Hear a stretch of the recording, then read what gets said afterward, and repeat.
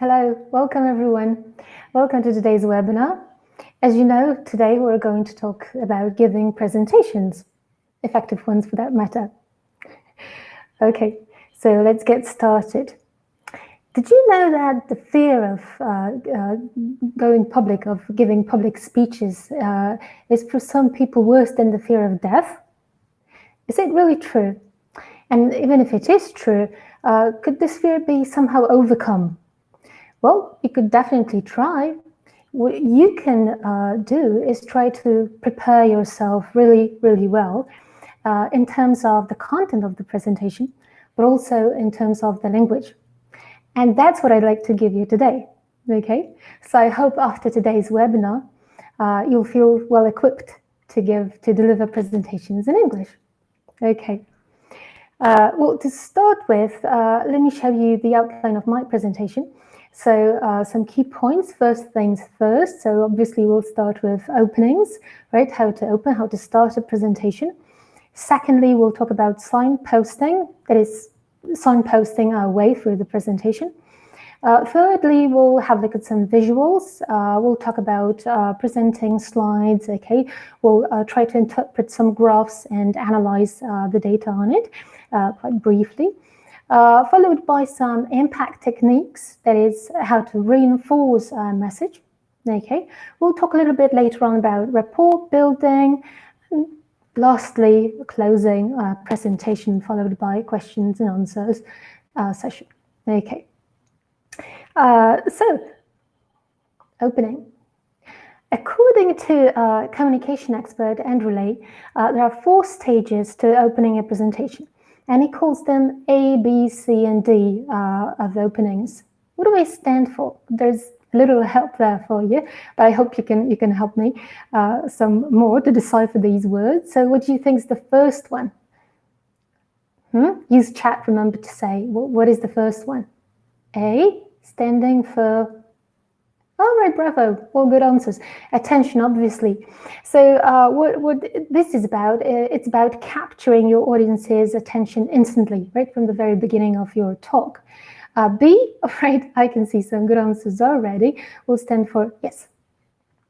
Benefit, that is explaining how the audience will benefit, what they will gain from your talk, right? The next one, perhaps a little bit more difficult. Does anyone know? Oh, right. I've got some good answers here already. Thank you, Anna. Okay, let me show it to you then. Credibility. Oh, by the way, do you know what that means? What is this one about? I can't see any answers. Let me help with that one. So you show them that you have the authority to speak, right? That you can be trusted because you are an expert in this field, right? So that's what it's about. Yes, and I see you're telling me about the last one, which is direction. Yes, direction, that is you give the audience a route map of the presentation, right? Okay, so let's have a look at some examples of openings and try to match them to these stages, A, B, C, or D, okay? So that's the first one. In my 10 years in Silicon Valley, I've learned quite a bit about managing risk. Which one is this? Yes, one of you is saying they can't see what other people are saying on chat, but that's not on purpose, okay? You cannot see it, sorry. So what do you think? Credibility, you're saying. Credibility, very good. That's exactly what it is, right? So we're showing the audience that we are an expert, right? We've got the expertise to talk about it. What about this one? In the 45 minutes it will take me to give this presentation, 5,000 US businesses will go bust, meaning go bankrupt, obviously. What is this one? Benefit? Not really. Attention, that's what it is, right? Because this is like, an interesting piece of news, right? So something that will grab people's attention. Oh, really? I want to learn more about it. Okay, how about next one? My presentation this morning is in 3 parts. Feel free to interrupt as we go along. That one's pretty obvious, I suppose, right? But let me see your answers. Obviously, this is about direction, yes? And last but not least, by the end of this talk, you'll know how to say no and feel good about it, right? That's the kind of talk that What is this? Obviously, yes, we're showing the benefit of the talk, right? How the people will benefit, what they'll gain from this talk. All right. So let's turn to attention, right? How can you capture your audience's attention? What can you do? All right. Well, what you can do is try to hook them. What does it mean? What's a hook? And the picture's here on purpose. Perhaps you know the meaning of the word hook. Does anyone? What is a hook? Right. Yes, I see some good answers in Polish, but still. Yes, so this is the metal part, right? Metal object at the end, curved, right? Sort of at the end of the fishing rod that the fish catches, or it can be used for catching other things, right? Right. So basically what we want to do is grab the audience's attention, right? Capture it, grab it in this way. So how can we do that? Well, we could give them, what could we give them? We could give them a story, a problem. We could give them a problem, right? Or a puzzle to solve. We could quote, right? Somebody famous, right? Well-known person. We could show them a picture, a cartoon, a video, or a news headline. Why not? We could tell them a story this time. It could be an anecdote, maybe a joke, right? How about explode? Well, that sounds really strong. What can we explode? Well, we could explode a popular myth, right? Like, reject a stereotype, okay? Or we could ask them a question. We could ask them to raise their hand, right? Or perhaps to talk to their partner, right? Discuss some issue. Okay, but how exactly can we do that, right? So again, what about the language now? I've prepared some useful phrases here for you, but to make things a little bit more challenging for you, I've removed some of the words from these phrases. These words are in bold in the box. There are 9 of them, and there are 9 sentences. The rest of them are on the next slide. So could you please help me to fill in the gaps here? Okay, so could I ask you to your hand if you, for example, have ever done something or been in a situation? Raise your hand. Thank you. Did you know that? That's pretty simple. The next one. Waiting for your answers. What is this one? Yes. Did you know that? Very good. Did you imagine? Perhaps can you imagine, right? Rather than did you. How would you to be able to? How would you, number 3? Can't see any answers yet. Like, very good. That was Magdalena. Magdalena, good job. So how would you like to be able to know something, for example? Number 4, there's a common, imagine, perhaps we need a different speech part here. Misconception. Thank you, Magdalena. Very good answer. Misconception. Well, what is the misconception actually? What is this? That would be some wrong idea, right? Some opinion or view that is incorrect, right? Due to some perhaps faulty thinking or understanding. Yeah. And number 5, false belief. Very good. Yes. And number 5, it was somebody who said, right? That was pretty simple. Let's go on to number 6. Just what it would be like to, that should be also simple for you. Just imagine, right? Just like in the song, right? Just imagine. Number 7, what would you do? And that's pretty simple as well. If, of course, my favorite about that is, right? And continue telling it. What's that? My favorite joke, obviously. And could you, right, turn to a partner and discuss something together. All right. So much about openings, okay? Let's move on now and talk a little bit about signposting. What is it? Signposting is it's like a route for a presentation, okay? Because presentation is like a journey. So we need to explain where we're going exactly, okay? Then we need to move through it and explain what exactly we're doing, talking about. And finally, when we get to the end of it, we also need to signal it, right? That this is actually the end of it. So we need to signpost our journey, right? Use some words and phrases. that tell the listener what has just happened and what is going to happen next, right? Let me show you some examples, and again, I need your help here, okay? So let's try to complete the signpost language with words in bold. Careful with grammar here, okay? So sometimes you have to change the form of these words in bold. So what about the first one? Oh, I've got some good answers already, thank you. I'm going to start off, right, by outlining, sorry, I've given you too much actually, but very good. But by outlining our main goals today, right? So saying what they are. Now, or the next one, right, careful with grammar again. So same form as before, giving you a brief overview, or the last one, that should be pretty simple now, asking you all a question. Thank you. Okay, and then we're continuing, right? Let me show you an example of what I mean. Thank you. And now on to the topic of something I've actually said. Is careful with grammar. Please be careful with grammar. So it's actually not move on, but moving on to the topic of, right? Or let's move on to the topic of. That would be correct. Yes. And last but not least, okay. Obviously, yeah, turning for a moment to the question of, or let's turn for a moment to the question of, right? Okay. And some more. What about the first one?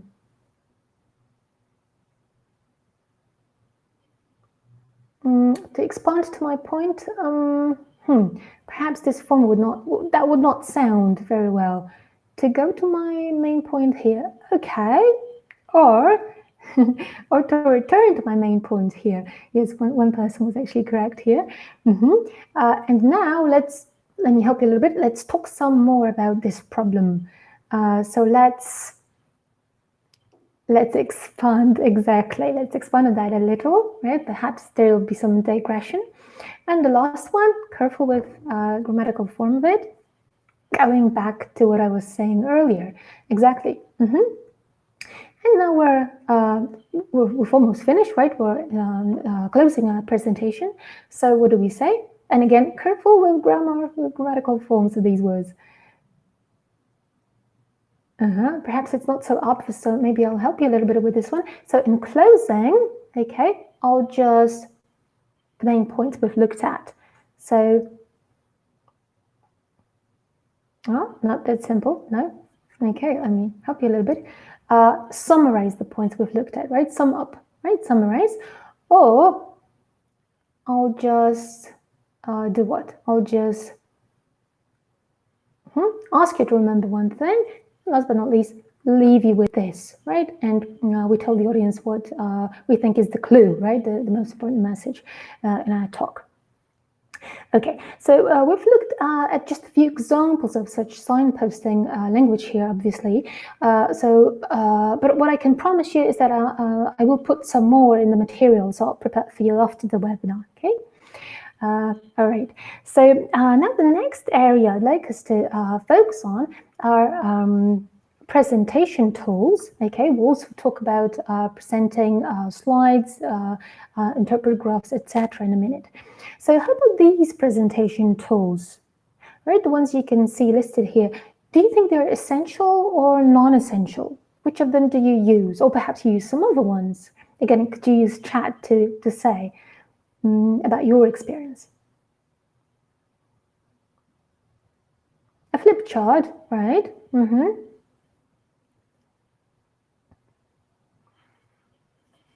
Handout, all right. Yes, handouts are very important. Just remember not to put the same information on a handout that you've got on the slides, right? Slides are slides, handouts are handouts, right? But they are, somebody says all of them, right? Depends how you want to prepare your presentation, what you want to say, what's available, right? In the venue, in the place we want to, deliver a presentation, of course, right? Okay, so just coming back for a moment, so probably most of you would use a PowerPoint presentation and try to, or hope to be able to display it on some kind of beam, right? That probably would be the basics. Yeah? Okay, so say you have a slide or some graph, a diagram, a picture that you want to show to your audience, right? You want to introduce your slide. So again, how can you do that? right? How exactly would you do that? And again, I need your help to fill these sentences in. So we could say, okay, have a at this, have a, oh, right, that's very simple for you. Have a look at this. The vertical, you know, it's about the two things, X and Y, right? The two, oh, right, you know this one. The vertical axis represents, and then as you can, this one's also very simple, as you can see, and let's take a closer look at something, right? So we're introducing our slide in this way. Okay, but what if we want to highlight some key points in it, right? We want to turn our audience's attention to some points. What do we say? Again, I need your help. So what can we say? You notice, obviously, right? Or I'd like to draw your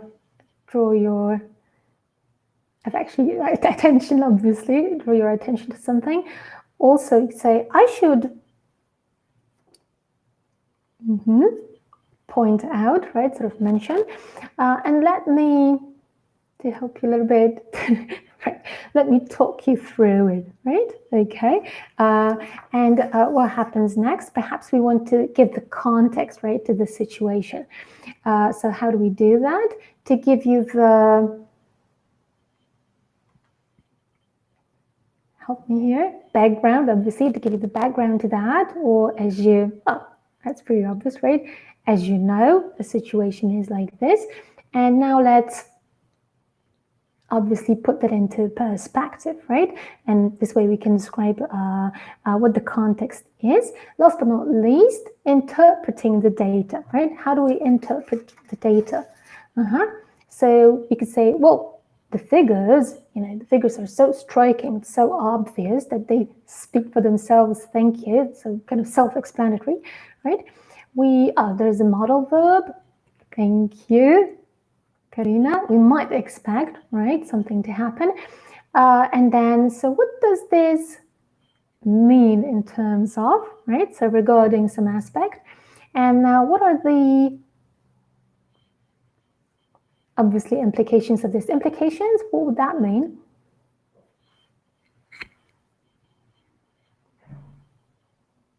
Oh, that's a new word. So it's like some kind of conclusions, right? What does it mean, in other words, right? How should we interpret it, yeah? In other words. Okay, let's expand on graphs a little, okay? We're just going to go briefly through this. So, so how would you describe such a trend, right? Say it's about stock prices, yes? You studied the graph, and how would you describe the trend at the very sort of beginning of it, right? At the very bottom. What's happening here? What kind of trend do you see here? We see a growing trend. It's rising, growing. Of course, we could say there's an increase, or the stock prices have increased, they've risen, or there is a rise, or they've gone up. They have gone up, right?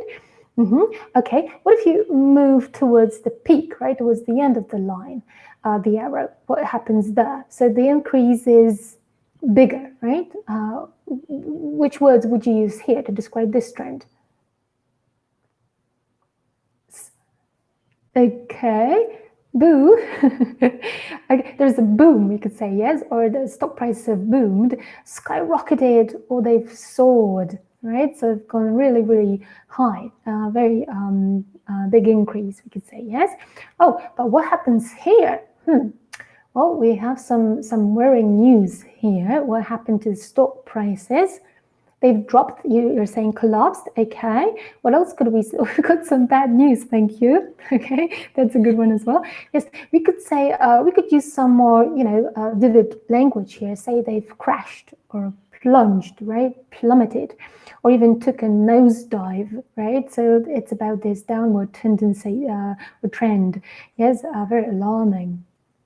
Speaking of which, what if you want to give your audience some scale, right? Like some, show them the speed, the scale and significance, right, of these trends. You would probably like to use some modifiers, right? Say how strong the trend is. So starting at the very beginning, right? Someone has to go, sir. Okay. So at the very beginning, the trend is, how would you describe it? We said there's an increase and rise, but what kind of rise? How would you describe it?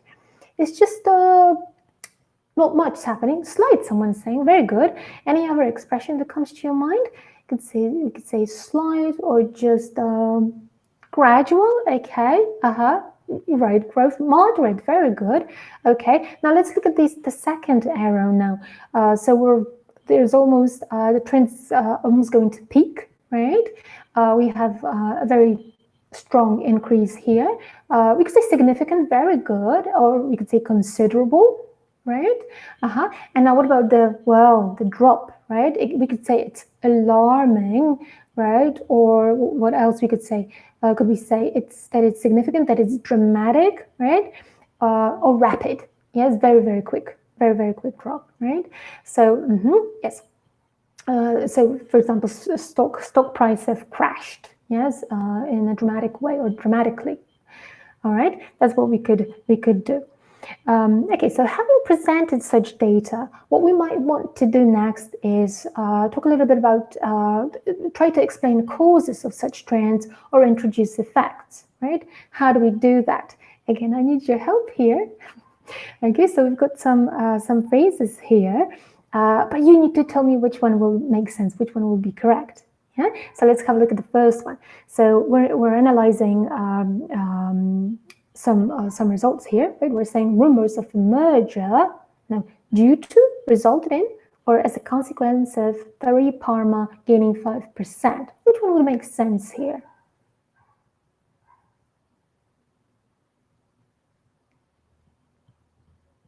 Very good, Joanna and Paula, you're all correct. Resulted in gaining 5%. Very good. Now, what about number 2? JTL Holdings climbed quickly due to, thanks to, or because of excellent second quarter results.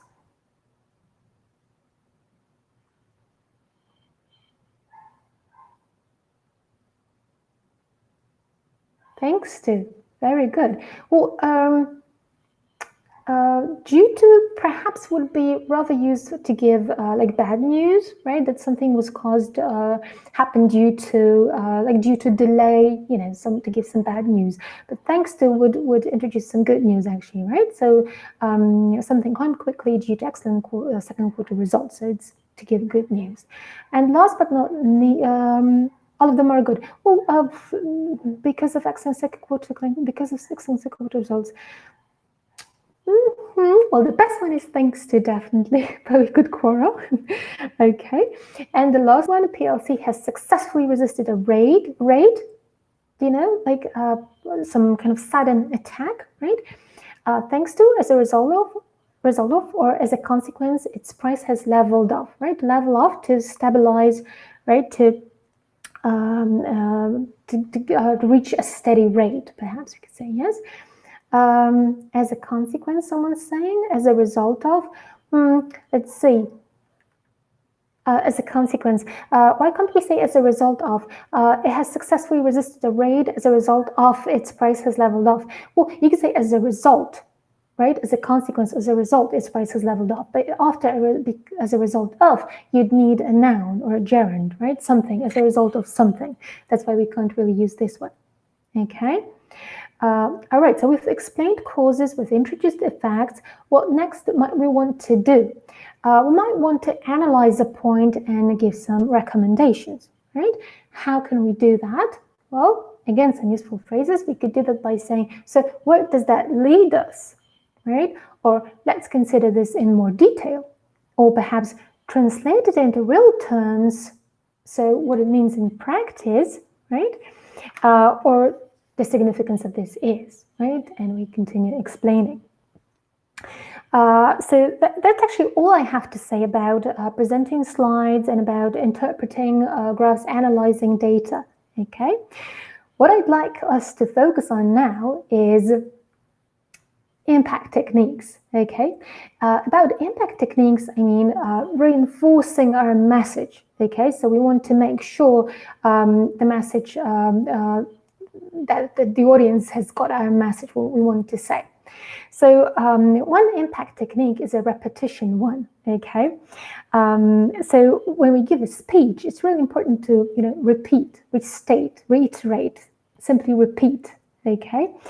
And a very effective repetition technique is to echo the first word of your sentence at the end of it.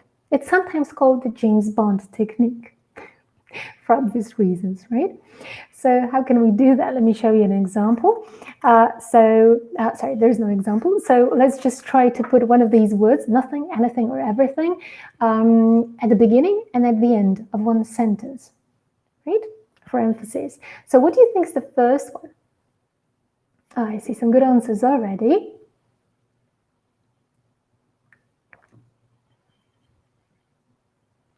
Very good. So nothing is beyond us if we work together as a team. Nothing, right? So again, we repeat, we emphasize that point. Number two.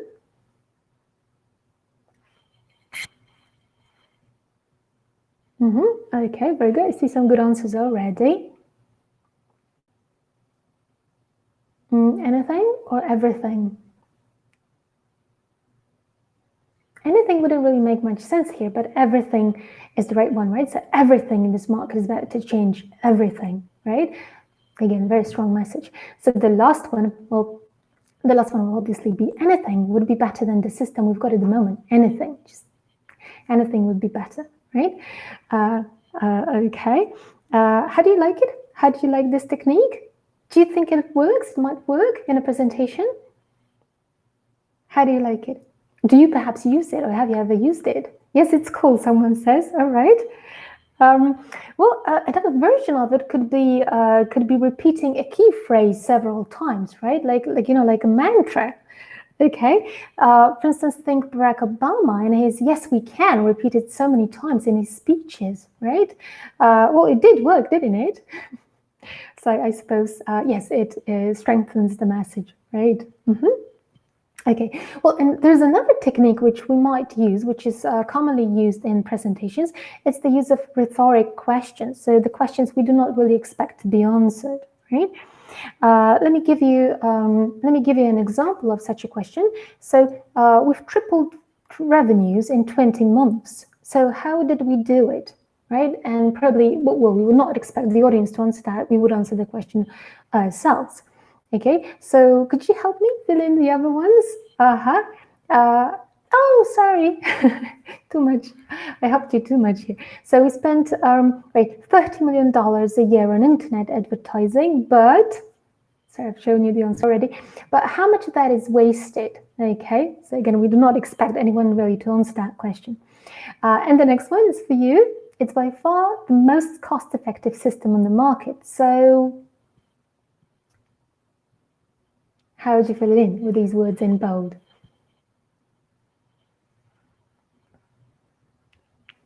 I need your answers. I'm waiting for your answers. Anyone? Why? Right. So why isn't it selling? Right? What's wrong with that, sir? And retooling the plants is not going to be cheap. So there's only one left, right? So what sort of figure are we talking about? And we would provide the figure. We would talk about the cost of it, right? All right. There's one more technique I'd like to tell you about. See, some great speakers like Steve Jobs make sure they create a sense of excitement. Okay, so they use some vivid and expressive language. That language can be called paralanguage. Okay, so look at these presentation extracts. They sound kind of dull, right? You say it's a new product, we've beaten the competition, it's an attractive design. But how can we make them, how can we inject some enthusiasm in them? Yes? Could you perhaps replace the adjectives in bold with more vivid ones, right? What could you say about it's a new product? What else could you say? A new product, or right, innovative, right? Brand new, perfect, very good one. Anything else that comes to your mind? Let me show you what I've got here. Revolutionary is the next one, right? So brand new, breakthrough. It's a breakthrough product also, right? Modern. Okay. Number two is a verb. So we've beaten the competition, right? We've been better than the competition. But how else could we say it in a more, vivid way to illustrate what we've done? Think of, a fight. Eliminated, killed. Well, perhaps not that strong, but we wiped out, very good. Wiped out or outclassed is a good one. Or we say perhaps not killed, but slaughtered. We've slaughtered the competition. Okay, and number 3, it's an attractive design. Or what else could we say? Attractive or perfect? Okay, modern design, perfect design, eye-shocking. Perhaps not eye-shocking, but eye-catching, right? Catches your attention instantly. Gorgeous, breathtaking. Yes, it took my breath away. It was so attractive, so gorgeous, so fabulous, or striking. Yes, another one. It was so striking. Okay, so much about impact techniques, right? We've covered 3 of them. Let's move on now to rapport building. What is rapport actually? How would you define it? Rapport, it's about some kind of close, harmonious relationship, yes, with a group of people.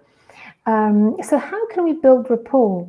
Okay, so we can use humor, right? We could try to be funny. It might be sometimes tricky, but still, it is an important technique of rapport building. What else we can do is try to be more interactive. Yes, we could try to perhaps use some question tags, right? Just like in this example. This isn't really so surprising, is it?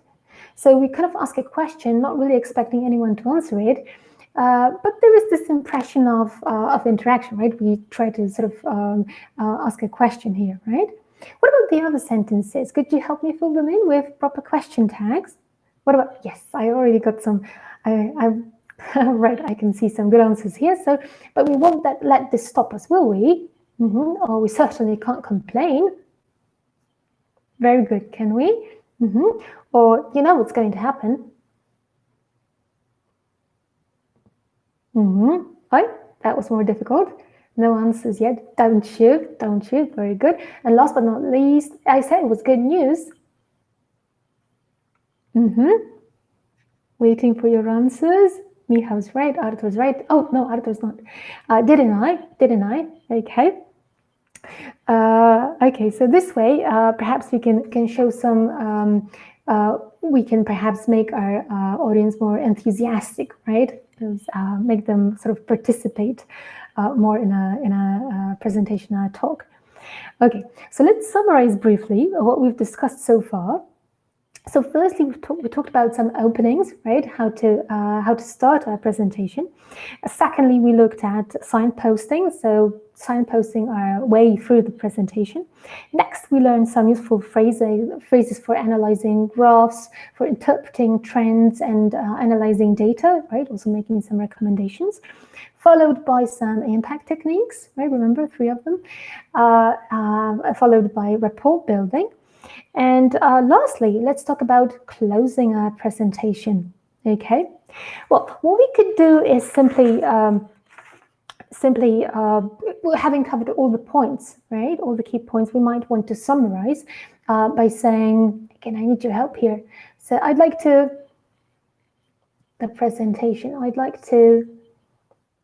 help me.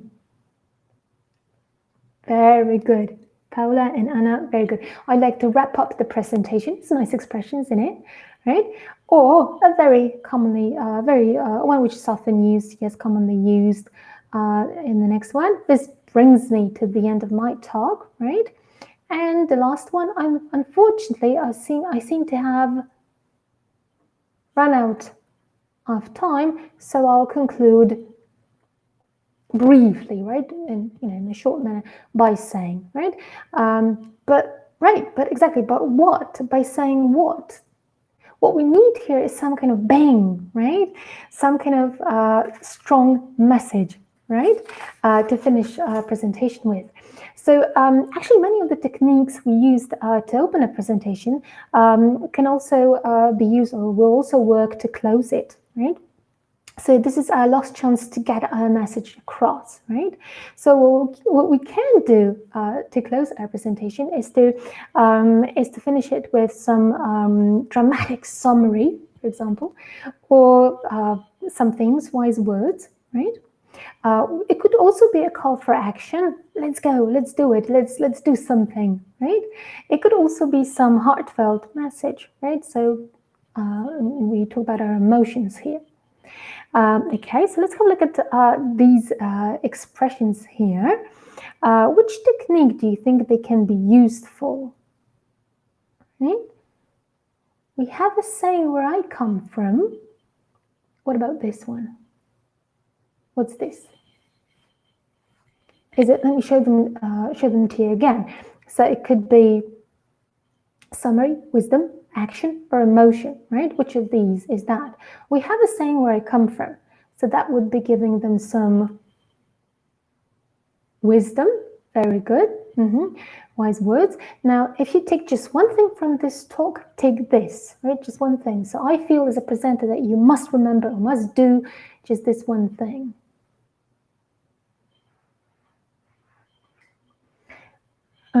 Attention, like action. Any other answers? Summary, advice. Well, actually, it's supposed to be emotion because that's how I feel, right? Okay, it could be a way of summing up, right, the whole thing. But perhaps to sum the whole thing up, it would be better to say the next one in a nutshell, right? So using as few words as possible, right? In a nutshell, all I want to say is this and that. So the last one. Now let's get out there and do something and act. And obviously that one is action, right? Okay, so this is how you can close your presentation. And having done that, well, you open the floor to questions, right? So we have a question and answer session. And here I'd like to ask you actually about your experience at this point. Do you prefer questions during the presentation or after it? After, you're saying after. Okay, and how do you deal with questions you don't want to answer? How do you deal with such questions? After a particular session, okay. There's no time. You say there's no time to answer that question. Very good. Yes, you can always say that. Sorry, we've run out of time. We have to go. Next presenter's waiting. Okay. Yeah, somebody's saying I'll perhaps tell you next time or later. I'll check and I'll let you know later. Yes, we could do that. Any other? And what about questions you can't answer? Like you don't really know how to answer that question.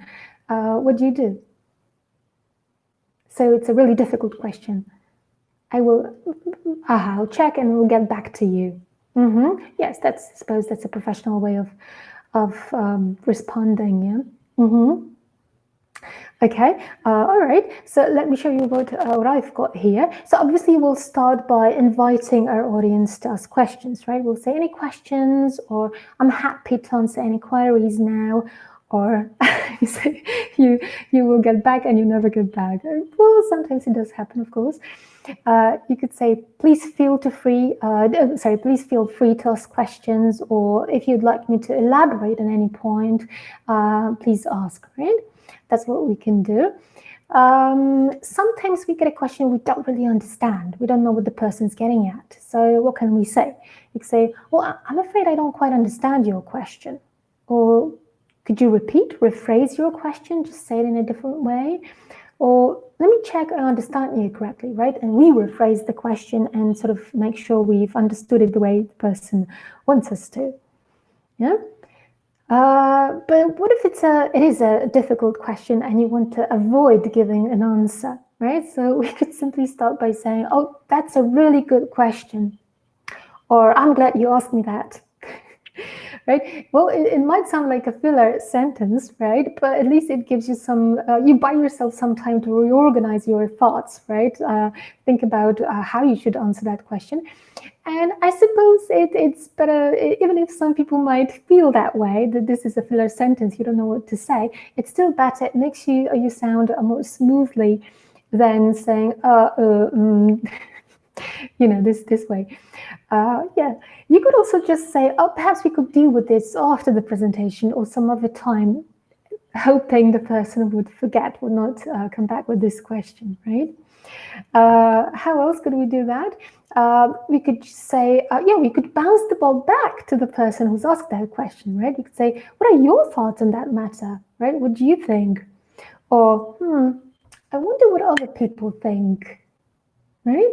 Yes, it helps you still control conversation someone is saying. Right, so let's ask these people what they think. Perhaps someone will have a good answer to that question. And in the meantime, we can think about how we'll respond, right, to that. And admitting you don't know the answer. Well, you don't know or you don't have all the answers.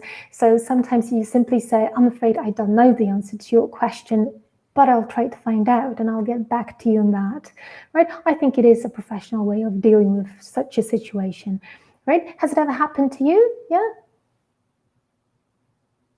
I suppose, yeah. Some people say sometimes, yeah. Okay. Well, what else you could say is, sorry, that's not my field. I'm not in a position to discuss that, but I'm sure someone from another department would answer your question. Okay, so, or we say, oh, Terry, that might be a better person to answer that. Terry, I'm sure Terry wouldn't like that, being put in the spotlight, but we might feel this person is, a better expert at something than us, and they can answer the question better than we can do it, right? Or I don't have that information to hand. Yes, I'm afraid I don't know off the top of my head. So without any preparation, not having checked the data, to be quite honest with you, I really don't know. Right? This somebody says it's clever. Yeah, well, and sometimes but there's no other way out, right? We just have to say it. Sorry, I really don't know. But of course, we could add, but I'll check it for you. Yes, and let them know later. What sometimes also happens is you get an off-topic question, which is what? Do you know? What is an off-topic question? What kind of question is that?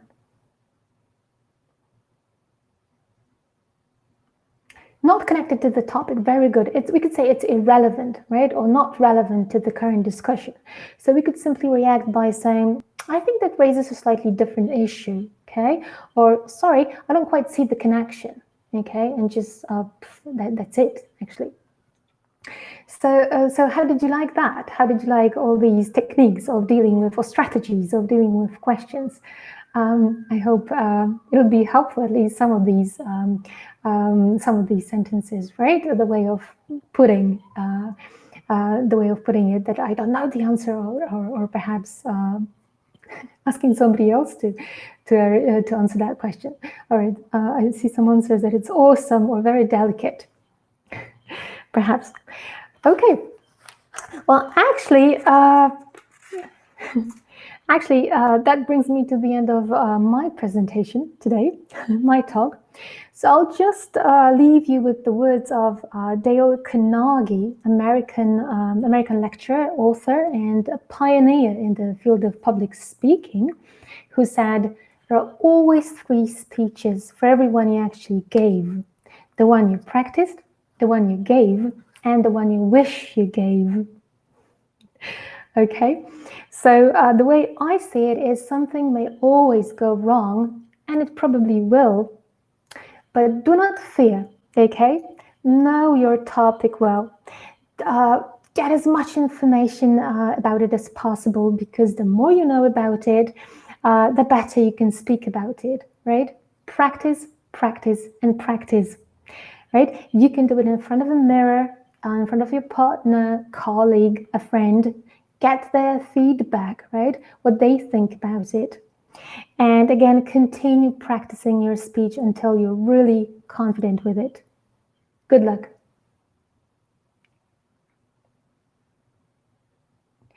All right, let me just show you now a list of references that I've used to prepare this webinar for you. And somebody's asking whether you'll get the materials. Of course you will. You'll get all the materials. I'll prepare them for you. I'll add more phrases, more useful language. So you'll get all of this probably next week. Okay, thank you. Thank you very much and good luck.